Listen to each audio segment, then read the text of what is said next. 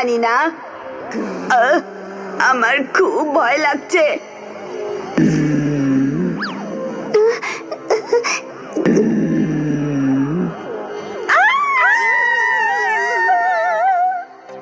Hello বাচ্চারা, ভয় পেও না।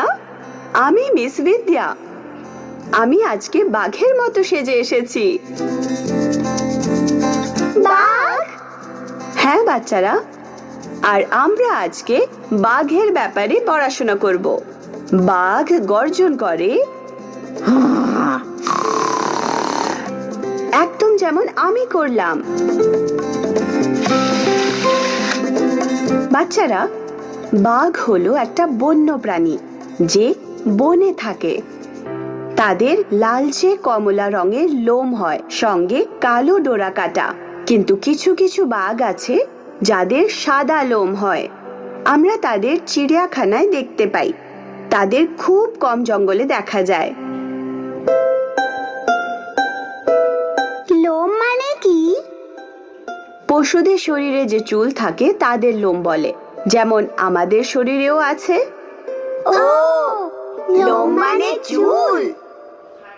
হ্যাঁ বাচ্চারা, তারা হলো বন্য প্রাণী। তার মানে তারা আমাদের সাথে বাড়িতে থাকতে পারবে না। তারা থাকে জঙ্গলের মধ্যে। বাচ্চারা, তোমরা কি জানো বাঘের বড় আর ধারালো দাঁত হয়? তারা অন্য পশুদের খায়। তাদের বড় আর ধারালো দাঁত পশু শিকার করার জন্য তাদের সাহায্য করে। বাহ! আচ্ছা বাচ্চারা, কে কে সাঁতার কাটবে? আমি। বাহ! চলো বাচ্চারা, দেখো ঠিক তোমাদের মতোই বাঘও কিন্তু সাঁতার কাটতে ভালোবাসে। চলো আরেকবার মনে করে নি আমরা বাঘের ব্যাপারে কি কি জানলাম। বাঘের রং কি হয় বলো তো? কমলা আর সাদা লোম, তার সাথে কালো ডোরা কাটা।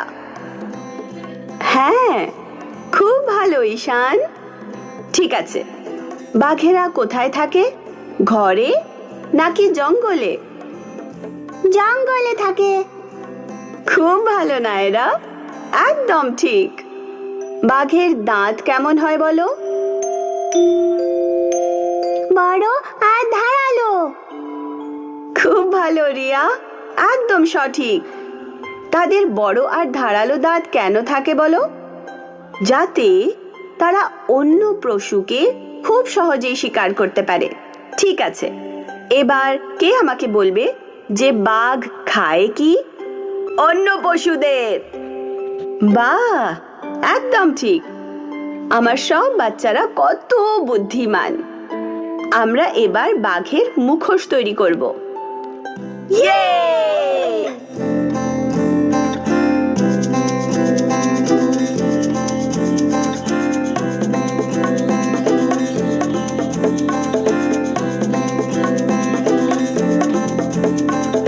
আর এবার কে আমাকে বলবে বাঘ কিভাবে গর্জন করে?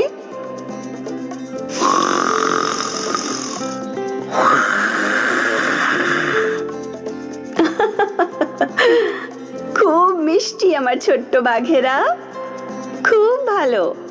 আমি খুব গর্বিত তোমাদের নিয়ে।